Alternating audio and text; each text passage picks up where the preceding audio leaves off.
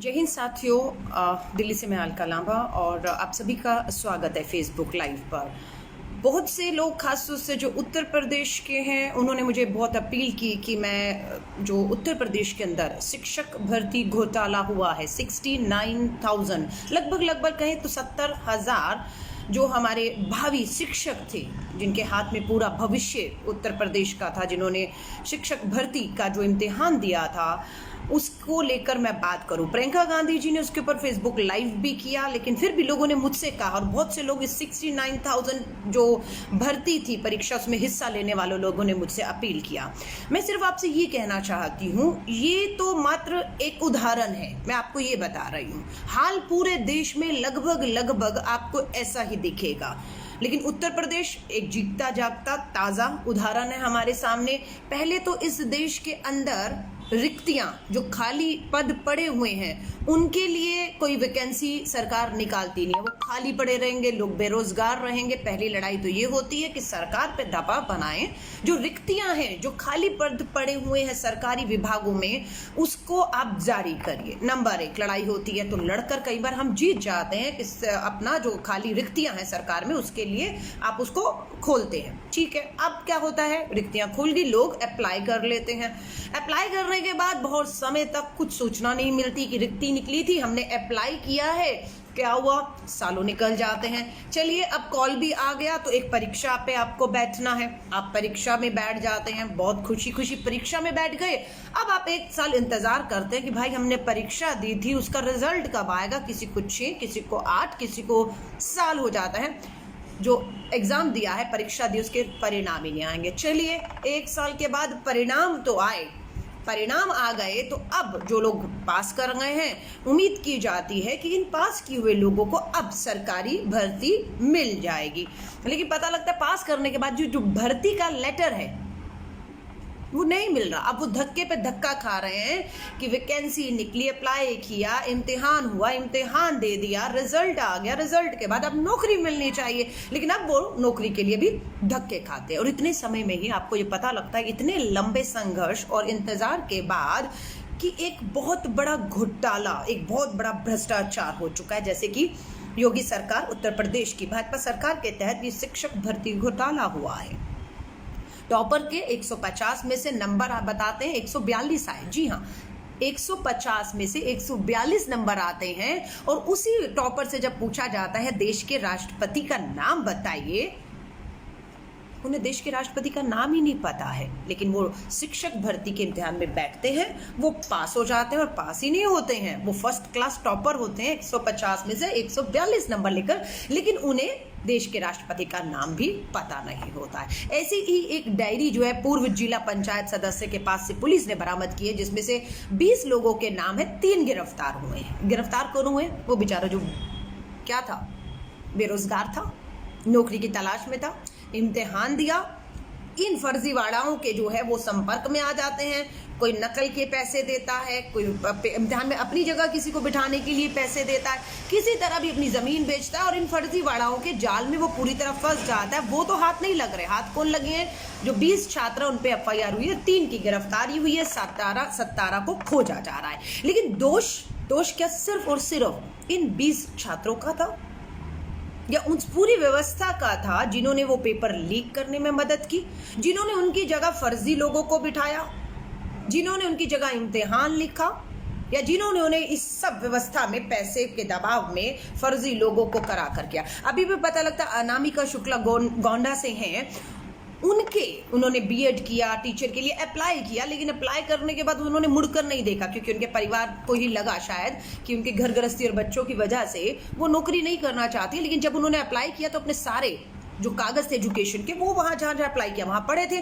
अब उन्होंने तो नौकरी नहीं ली, लेकिन दूसरे लोगों ने उन्हीं का मात्र नाम बदलते फर्जीवाड़ा करके उनके सर्टिफिकेट्स का इस्तेमाल करके नौकरियां पाली। यानी कि एक ही डिग्री पर पता नहीं कितने लोगों ने फर्जी, स्कूल का नाम है कस्तूरबा आवासीय बालिका विद्यालय, इसमें नौकरी पाली।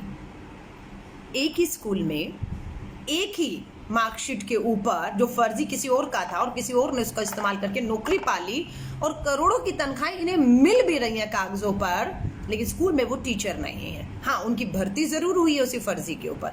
आप समझ रहे हैं कितना बड़ा खिलवाड़ देश के साथ होता है। हम अपने बच्चों को, भविष्य को स्कूलों में भेजते हैं और ऐसे स्कूल के टीचरों को जिनको देश के राष्ट्रपति का नाम टॉपर है लेकिन नाम नहीं पता है। आप समझ रहे हैं कितना बड़ा धोखा हो रहा है। तो प्रियंका गांधी जी ने इस बात को उठाया।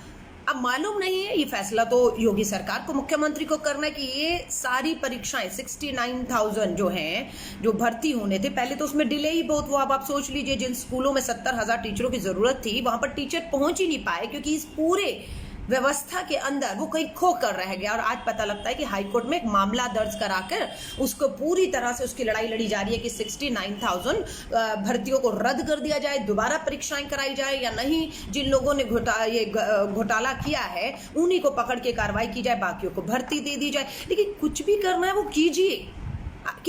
आप शिक्षकों के साथ, बेरोजगारों के साथ, जो बिल्कुल ईमानदारी से पढ़ लिख कर जिन्होंने परीक्षा की और पास किया है, वो भी बेरोजगार बैठे हुए हैं। और कितने लाख बच्चे हमारे बिना शिक्षकों के खाली स्कूलों में दीवारों पर जाकर बैठकर आ जाते हैं। आप समझ रहे हैं, आपको रद्द करनी है ये आप फैसला कीजिए। योगी सरकार, आपको रद्द नहीं करनी है आप फैसला कीजिए। आपको इनके पर जांच बिठा के तुरंत कार्रवाई करनी है या नहीं करनी है आप देखिए।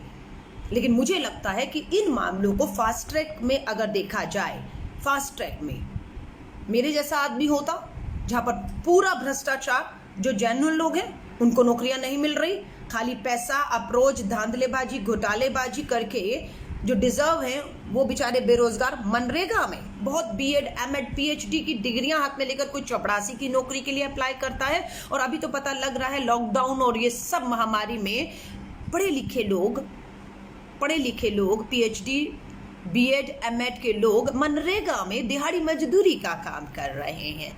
काम कोई भी बुरा नहीं होता है, लेकिन इस देश में अगर डॉक्टर की जरूरत है, मरीजों के इलाज के लिए, बच्चों को पढ़ाने के लिए शिक्षक की जरूरत है, और उन्हें वो दोनों काम ना देकर आप अगर मनरेगा में मजदूरी पर लगा देंगे तो शायद मुझे लगता है आप उसकी योग्यता का सही इस्तेमाल नहीं कर रहे और आप उनके साथ साथ इस देश के भविष्य के साथ भी एक बहुत बड़ा खिलवाड़ कर रहे हैं। और ये पूरी लड़ाई व्यवस्था की है। मैं आप सभी से कहूंगी, आवाज उठाइए। मैं ये नहीं कह रही उत्तर प्रदेश को तो उदाहरण बनाइए, भारत का सबसे बड़ा राज्य है, सबसे बड़ा, वहां पर नारे दिए जाते हैं, ना खाऊंगा ना खाने दूंगा। यहाँ तो लूट लूट कर सब खा रहे हैं और खामोश हैं ऊपर से। और जो बोलते हैं, चाहे प्रियंका गांधी जी ने इस मुद्दे को उठाया हो, चाहे आज मुझे लोगों ने कहा आप इस पे बोलिए, अगर मैं इस पे बात कर रही हूँ तो लोगों को मिर्ची क्यों लगेगी? किसी का कुछ ले तो नहीं रहा कोई। हम तो भ्रष्टाचार के खिलाफ आवाज उठा रहे हैं। हम तो चाह रहे हैं कि पारदर्शिता के साथ जिसका हक है उसे उसका हक मिले। सो आपसे निवेदन करती हूँ, जितने युवा आज मुझे सुन रहे हैं, आपके पास रोजगार है या नहीं? ये मेरी समस्या नहीं है, मैं बेरोजगार नहीं हूँ। मैंने, ठीक है, मेरे पास बीएड की डिग्री है, एमएड की डिग्री है, मैं एमएससी हूँ, डबल मास्टर हूँ, ठीक है, मैंने अप्लाई नहीं किया तो ये मुद्दा शायद मेरा नहीं है। मुझे तो फर्क भी नहीं पड़ना चाहिए। भैया आपने परीक्षा दी, उसका रिजल्ट आया नहीं आया, भर्ती हुई नहीं हुई, उसमें घोटाला, मेरा क्या लेन देन। लेकिन नहीं, ये देश के मुद्दे हैं, ये भ्रष्टाचार से जुड़े हुए मुद्दे हैं। इस मुद्दे पर आप और हमारा सीधा कोई लेन देन हो ना हो, पर देश और राज्य के नाते हमारा ये मुद्दा बन जाता है कि हम इस मुद्दे को जोरदार तरीके से उठाएं और जिनके साथ अन्याय हो रहा है उसके खिलाफ आवाज उठाएं और उनके साथ न्याय हो, ताकि हम इस व्यवस्था को अपनी आवाज उठा के घुटनों पर झुकने पर मजबूर कर दें और आईना दिखाएं कि ये बर्दाश्त नहीं होगा। मैं आप सभी से कहूंगी, देश में कहीं पे भी हो, चाहे कांग्रेस की सरकारों में ही हो, मांग उठाइए। मैं आपके साथ खड़ी हूं और आपकी आवाज को हम जरूर सत्ता तक, सरकार के कानों तक पहुंचाएंगे। हमारी जो सरकारी कांग्रेस की है वहाँ हमारा थोड़ा सा संघर्ष कम इसलिए हो जाता है क्योंकि हम सीधा मुख्यमंत्री, अपने मंत्रियों से, अपनी सरकार, अपनी पार्टी से बात करते हैं। लेकिन जो विपक्ष में जब हम होते हैं तो हमें बाहर से लड़ना पड़ता है उन लोगों के साथ खड़े होकर जिनके साथ अन्याय हो रहा है। मैं आप सभी से हाथ जोड़कर मांग करूंगी, इस वीडियो को शेयर करिएगा। और इस वीडियो को शेयर करने का मतलब है कि आप अपनी इस बात को, जो मैं दोबारा रखूंगी, इसको समर्थन दे रहे हैं। नंबर 1, जितनी भी सरकारी रिक्तियां खाली पड़ी हुई हैं उसको तुरंत जारी किया जाए। नंबर 1, उसको तुरंत जारी किया जाए। नंबर 2, उसके लिए आवेदन अगर आ जाए तो बिना देरी के उन आवेदनों को स्वीकार करते ही अगर इम्तिहान परीक्षाएं लेनी है तो पूरी पारदर्शिता, ईमानदारी और जवाबदेही के साथ उनकी परीक्षाएं कॉल की जाएं। परीक्षाएं अगर कॉल हो जाती हैं तो उसके तुरंत बाद उनके परिणामों में बिना किसी देरी के, तीसरा पॉइंट, बिना किसी देरी के उनके परिणाम तुरंत घोषित किए जाएं। परिणाम अगर घोषित हो जाते हैं तो तुरंत उन लोगों को भर्ती देने में किसी तरह की कोई भी देरी किए बिना उन्हें उनकी भर्ती दी जाए। ये हमारी मांग है। अगर आपको लगता है ये तो बिल्कुल जेन्युइन मांग है, ये तो देश की मांग है, देश के युवा पढ़े लिखे बेरोजगारों की मांग है, जिसमें कोई राजनीति नहीं दिखती, जिसमें बिल्कुल ठीक बात कही जा रही है, तो मैं आपसे कहूंगी, कांग्रेस की महासचिव, उत्तर प्रदेश के प्रभारी प्रियंका गांधी जी ने ये जो मांग उठाई है, जिसको मुझे भी लोगों ने कहा, मैंने उनके निवेदन पे इस मांग को मैंने भी फेसबुक लाइव करके आपके बीच में उठाया। पूरी उम्मीद करती हूँ आप भी इस तरह के जो घोटाले हो रहे हैं और जिस तरह की भर्तियां होनी चाहिए, ताकि बेरोजगारी से ये देश आज 45 साल में सबसे चरम पर बेरोजगारी पहुंच चुकी है। 2.5 यानी कि 2.5 करोड़ के करीब लोगों ने मनरेगा में नौकरियों के लिए आवेदन मई महीने में ही किए हैं। आप समझ रहे हैं? आवाज उठाइए। आपको खुद पर गर्व होगा कि ये मेरी जरूरत नहीं थी, लेकिन मैं दूसरे की जरूरत में आवाज बनकर बोला था और उन्हें न्याय मिला था, और सरकारों को झुकने पर मैंने भी उस आवाज में शामिल था जिसने झुकने पर मजबूर किया था। आवाज उठाइए। जय हिंद, जय भारत। मेरी शुभकामनाएं आप सभी के साथ हैं। घरों में रहिए, परिवार के साथ रहिए और सुरक्षित रहिए। जय हिंद, जय भारत। वीडियो शेयर करिएगा।